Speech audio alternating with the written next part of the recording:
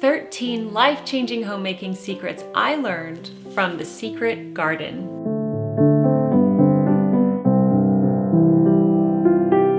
Hi everyone, Jennifer here, and welcome back to the Daily Connoisseur. I have a new homemaking video for you today, and this one is very special. I'm going to be going through the 13 life-changing homemaking secrets I discovered while reading The Secret Garden. I did this with the Little House on the Prairie series, and if you missed those videos, I will leave them linked down below.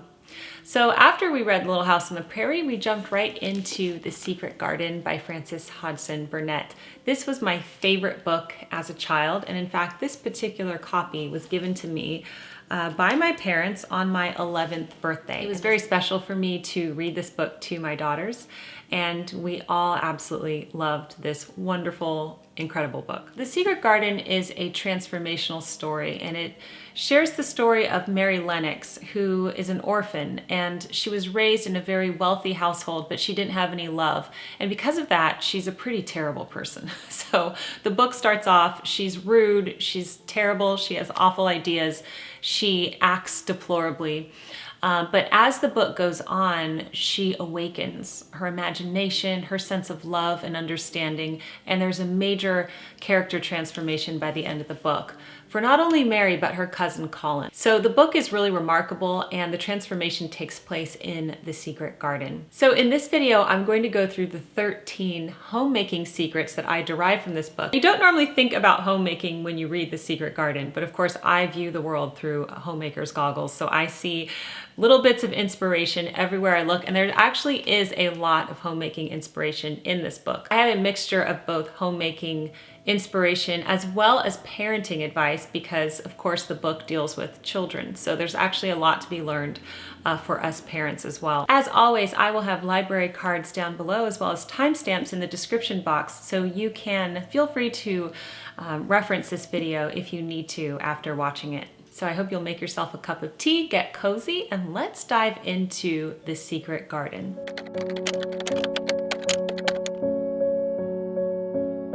Life-changing homemaking secret number 1 is that an excellent home life can be lived on any budget. Being wealthy does not necessarily equal an excellent home life. We see the examples of both Mary and her cousin, both from wealthy families. Mary had everything at her disposal. She had maids, she had nannies. Everybody just did whatever she wanted.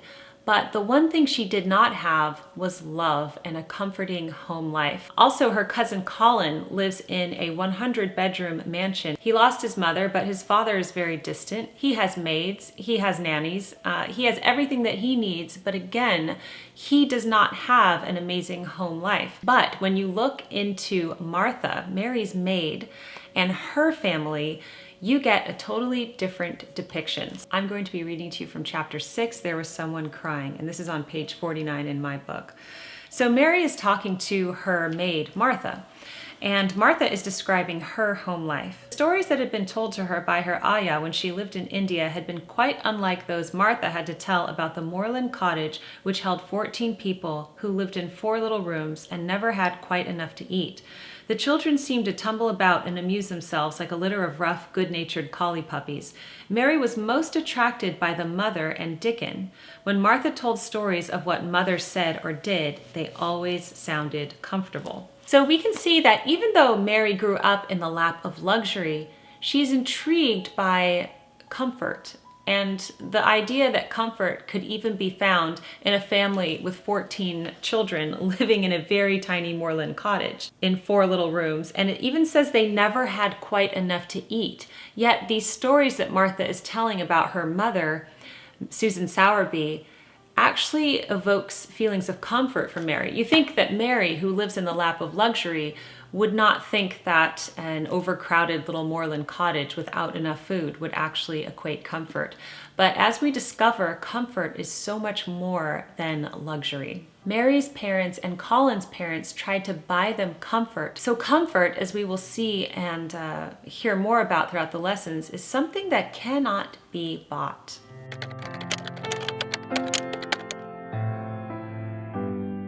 Life-changing homemaking secret number 2, we should actively cultivate the characteristics of a successful homemaker. Now, what constitutes a successful homemaker? Well, in the chapter called The Key of the Garden, Martha, who is Mary's maid, is describing her mother. And we're going to see throughout this entire book that the ideal mother, the ideal homemaker, is found in Susan Sowerby, Martha's mother. So Martha says, and I'm not going to try to read her Yorkshire accent because I cannot do it. So I'm just going to paraphrase in my own American accent, if that's okay. She said, well, she's that sensible and hardworking and good-natured and clean that no one could help liking her, whether they'd seen her or not. When I'm going home to her on my day out, I just jump for joy when I'm crossing the moor. Susan Sowerby is known by everyone in the town as having these admirable characteristics. Rich people, poor people, everyone knows her by them. And it even says in the book, no one could help liking her, whether they had seen her or not. So her reputation goes far and wide, and everybody knows about her. So what are her good characteristics? It says she's sensible, hardworking, good-natured, and clean. So these are not necessarily attributes that our society appreciates: sensible, hardworking, good-natured, clean.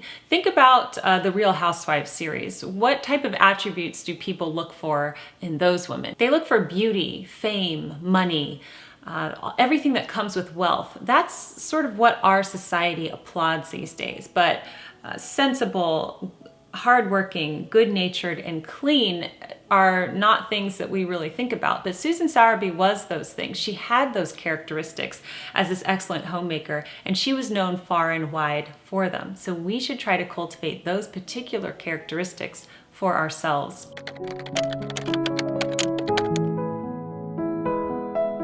Life-changing homemaking secret number 3 has to do with attitude.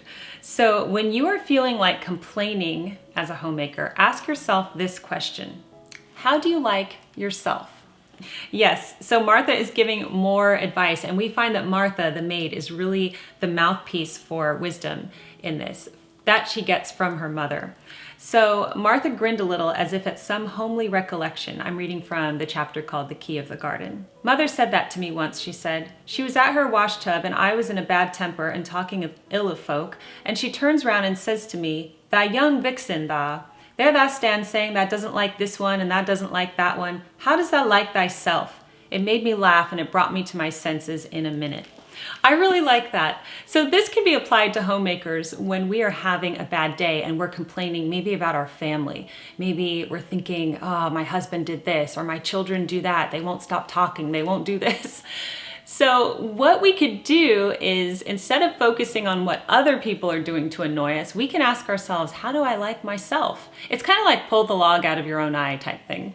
So I actually really like that, and I think that that could help me when I start to grumble as a homemaker about other people. Well, how much do I like myself? Is there anything about myself that I can change to better this situation? That's what I pull from it.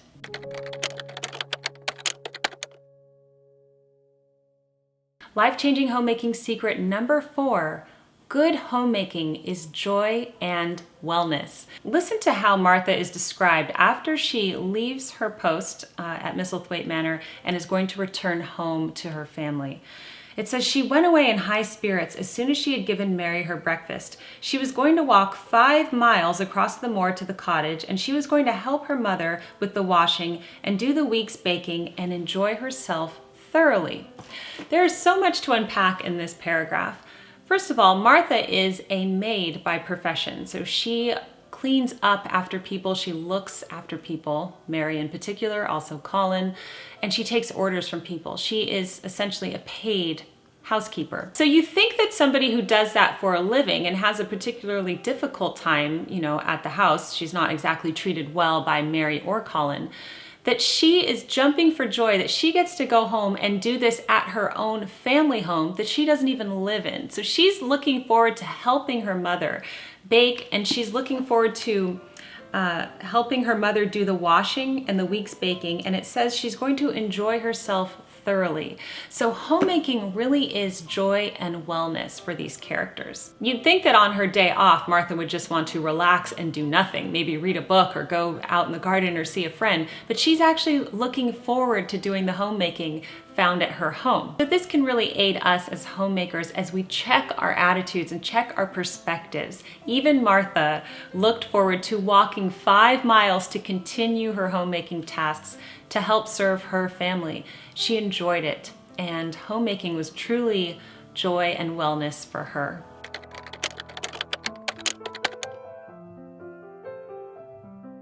Life-changing homemaking secret number 5, the week's baking was done once a week. In that very same passage, it says that she was going to help her mother with the washing and do the week's baking and enjoy herself thoroughly. They reference this a few other times in the book, but Susan Sowerby bakes once a week for her family. It's kind of like the freezer cooking idea, or just the batch cooking or meal prep. But they bake once a week, and then they are able to enjoy those breads, muffins, treats, and goodies all throughout the week until it's time to do it again. And I really want to implement this because I believe we discussed this as well in the Little House on the Prairie series. But once a day baking, whether it's cookies or breads like pumpkin bread, zucchini bread, banana bread, or even just making your own sourdough or sandwich loaf. I love the idea of having one baking day.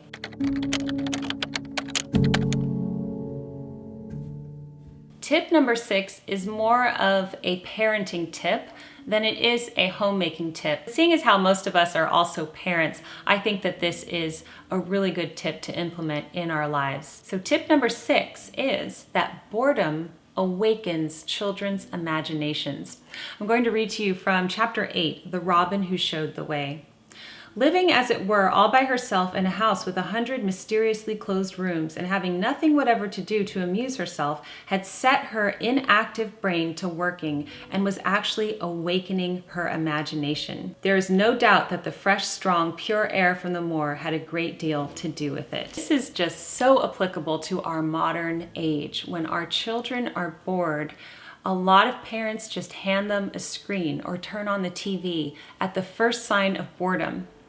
And Mary had been like that, of course, without screens. They didn't exist back then. But back when she lived in India, if she was bored, her ayah would entertain her. She would be always entertained, always get what she wanted. But now she was left to her own devices in this 100-bedroom mansion and going out in the moor all day. And notice what it says. It says, it had set her inactive brain to working and was awakening her imagination. I'm a huge believer in this. I believe that boredom is good for children because it forces them to use their imagination. It awakens that part of their mind. So I don't believe that we should set something in front of our children every time they're bored and solve that problem for them. That just kills creativity. So notice that it also says that fresh air is good for children to stir the blood and the mind. So if we're able to send children outside to play, allow them to go outside in nature. This is a huge facet of the Charlotte Mason homeschool philosophy with the nature study. Go outside and observe nature. So whenever they're bored, tell them to do that. Go observe nature. Awaken your mind and your imagination. And we as homemakers can also take this as well. I know that I'm guilty of this. Not that I'm ever bored, but if I ever have some downtime, I will sit in front of a video or I'll surf the internet or something like that. But we should mix it up as well as homemakers by stepping out in nature or just awakening our imaginations in other ways.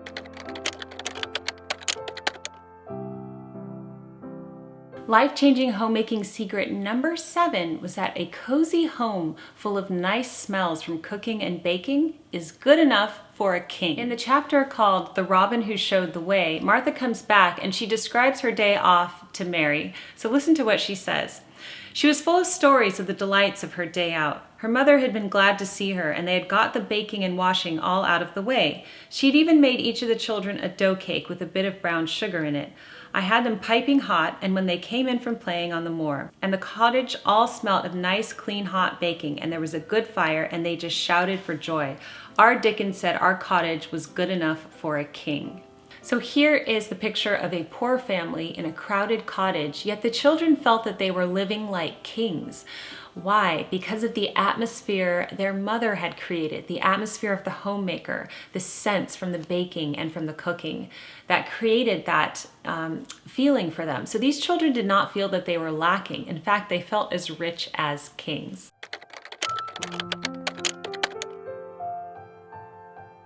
Life-changing homemaking secret number 8 is that children were taught the value of cleanliness. This parallels what we learned in the Little House on the Prairie series as well. And you see how parents raised children back then, and it has changed a little bit. This is from the chapter, Might I Have a Bit of Earth? And Mary is about to meet her uncle, Mr. Craven, for the very first time.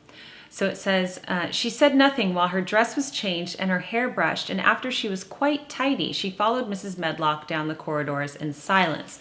So this is just an illustration, but there's a few other parts in the book as well where it shows that children had to tidy up in order to see Mr. Craven, or in order to do various things, that it was important for them to take pride in their appearance as well, even as children. So this is something that Laura and Mary were also taught. These are very old-fashioned values. And I think as those slip away and people are just more lax and casual with how they present themselves, that is also shown in how we parent our children and teach that lesson to them.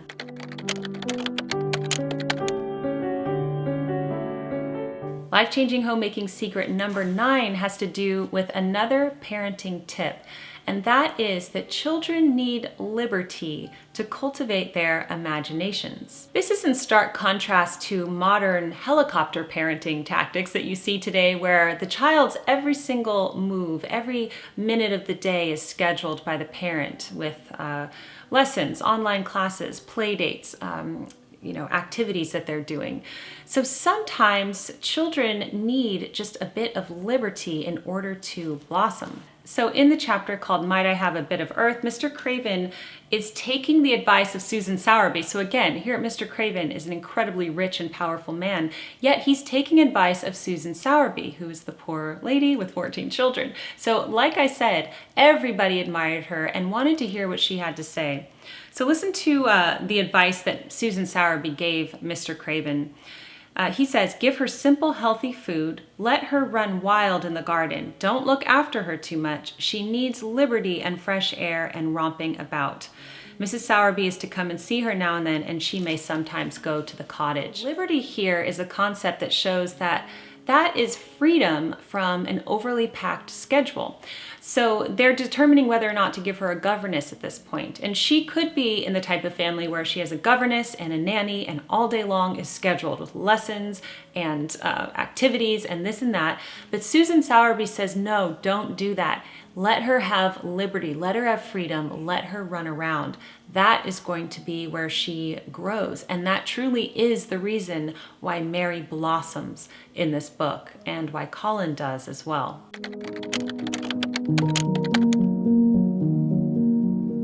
Tip number 10, they drank beef tea to calm down and feel better. I am fascinated in literature reading about how people drank different things in order to feel better. So we learned about the cambric tea in Little House on the Prairie, and now we're reading about the beef tea, and this is in the chapter called A Tantrum. It says, the nursery made the tumble bed and shook and straightened the pillows. Then she made Colin a cup of beef tea and gave a cup to Mary, who really was very glad to get it after her excitement. So I had never heard of beef tea before. I assumed that it's more like beef consommé or maybe a bone broth. And I asked Ben about it too to see if this was an English thing. And he said the same thing as me. He said he thinks it's like a bone broth. So I did some research about beef tea. And it says here, here's what I found. Broth aficionados swear that the drink provides them with a laundry list of health benefits, including increased energy, better sleep, plumper skin, stronger joints, and improved immune system. The majority of recipes for beef tea from the early 1800s call for a cut of rump meat, it's always rump meat, boiled down for roughly 1 to 2 hours with water and maybe a sprinkle of salt. By the 1860s, though, recipes began to add textural components and mild aromatics, including slivers of butter, button onions or pearl onions, clove, and a pinch or two of salts for good measure. And that is from an article on Eater. So I do like to learn those secrets to wellness.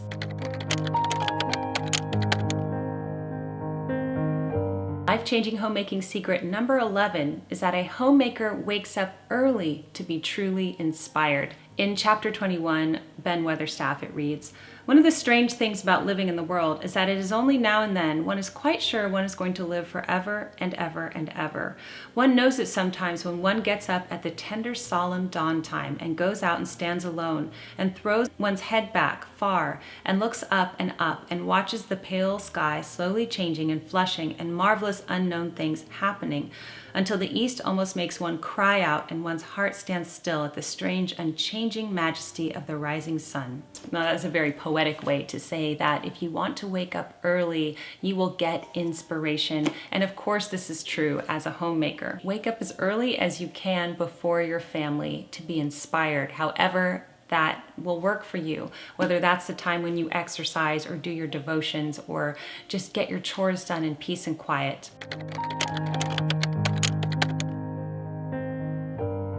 Life-changing homemaking secret number 12 is that successful homemakers are true problem solvers. Listen to what Dickens says about his mother in the chapter called Let Them Laugh. And I'm not going to do his Yorkshire accent. I'm going to say it in my American accent. I can't do this. In this part of the chapter, Mary and Colin are planning on surprising his father with Colin's transformation. And so they're trying to trick the staff into thinking that they still don't have an appetite because they've been cultivating an amazing appetite since they've been outside. And they think that if they eat really hearty meals and they finish all their food, that the whole staff will be talking and they're going to spill the secret to Mr. Craven beforehand. So they are trying to pretend to not have an appetite. And so Mrs. Sowerby, Dickens' mom, is in on it, and she has been making them some fresh buns and giving them milk. So she says nothing is so good as fresh milk and bread. And so that's the plan, is to sneak in food so that they still are able to eat, but they're not giving away the secret. So Dickens says here, mother, said Dickon admiringly, what a wonder you are. Thou always sees a way out of things. They were quite in a pother yesterday. They didn't see how they was to manage without ordering up more food. They felt that empty inside. So Dickens says you always see a way out of things. So homemakers are good problem solvers. If they sense a problem, they think about how they can solve the problem. And this can be especially applied to organizational things in our home, but just parenting things, issues related to cooking or cleaning. Good homemakers are good problem solvers. And Dickens says, what a wonderful mother you are, because you always see a way out of things.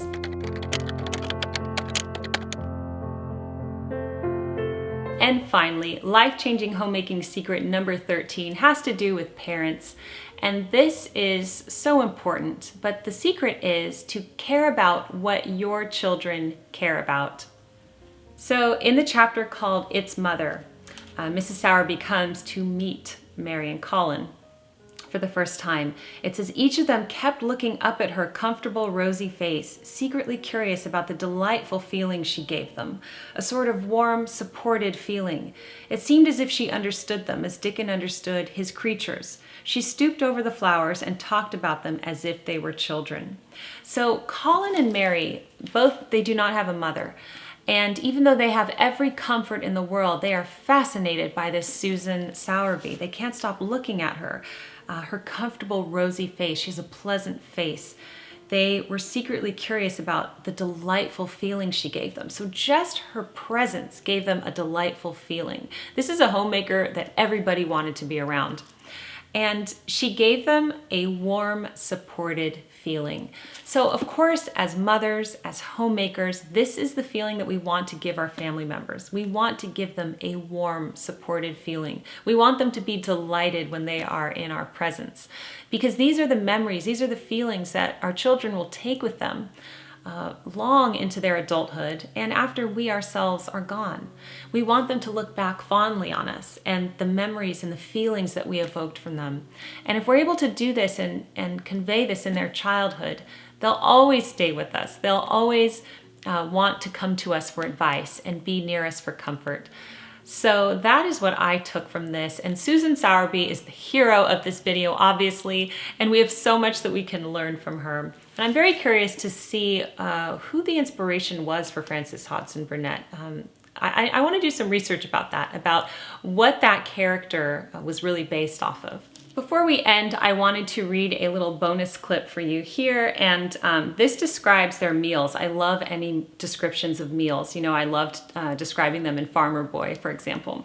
But this is a description of their breakfast that was made for them.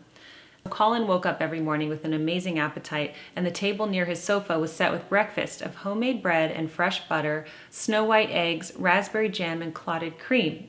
Mary always breakfasted with him, and when they found themselves at the table, particularly if there were delicate slices of sizzling ham sending forth tempting odors under a hot silver cover, they would look into each other's eyes in desperation. This is when they were trying not to eat, even though they were really hungry. So they would be able to keep the secret and then reveal it to his father about Colin's good health.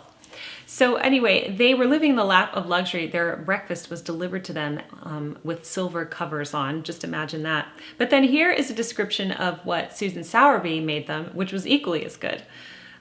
Full, rich, new milk with cream on the top of it, and a clean blue and white napkin, buns so carefully tucked in that they were still hot. There was a riot of surprised joyfulness. What a wonderful thing for Mrs. Sowerby to think of. What a kind, clever woman she must be. How good the buns were, and what delicious fresh milk.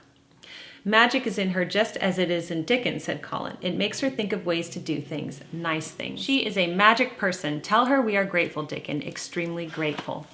So they had fine dining from the staff at Misselthwaite Manor, but also Dickens' mom with her homemade bread rolls tucked into that little cloth napkin, and the fresh milk was equally as enticing. The main homemaking secret that I take away from this is that good, solid homemaking is something that is available to everybody, no matter what your budget is. And just because you live in the lap of luxury doesn't necessarily buy successful homemaking. That can be found in presence, in care and attention, in liberty, in home cooking, good attitude, and bringing out the joy and the wellness of homemaking. I hope that you enjoy my homemaking series. If so, share this with a friend who you think would benefit from these videos. Thank you so much for watching. I look forward to seeing you next week on The Daily Connoisseur. Goodbye, everyone.